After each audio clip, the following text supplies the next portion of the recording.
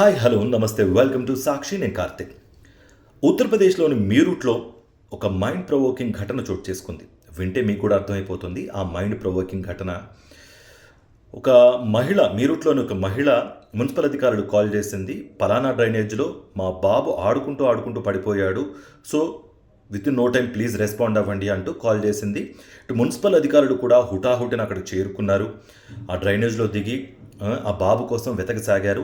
ఈ ప్రాసెస్లో భాగంగా అక్కడున్న చెత్తా చెదారం అంతా క్లీన్ చేయటం అనేది చేస్తున్నారు. గంట గడిచింది, 2 గంటలు గడిచింది, 3 గంటలు గడిచిపోయింది. ఇటు ఆ డ్రైనేజ్లో ఉన్న చెత్త అంతా క్లీన్ చేసేసారు ఈ ప్రాసెస్లో. బట్ బాబు దొరకలేదు.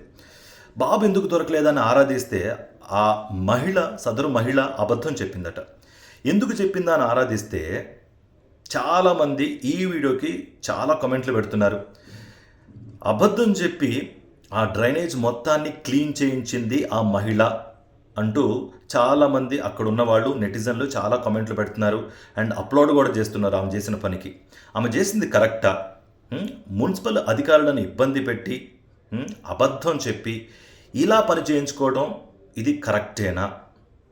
మీరు కూడా కమెంట్స్ రూపంలో తెలియజేయండి. Stay tune to Sakshi.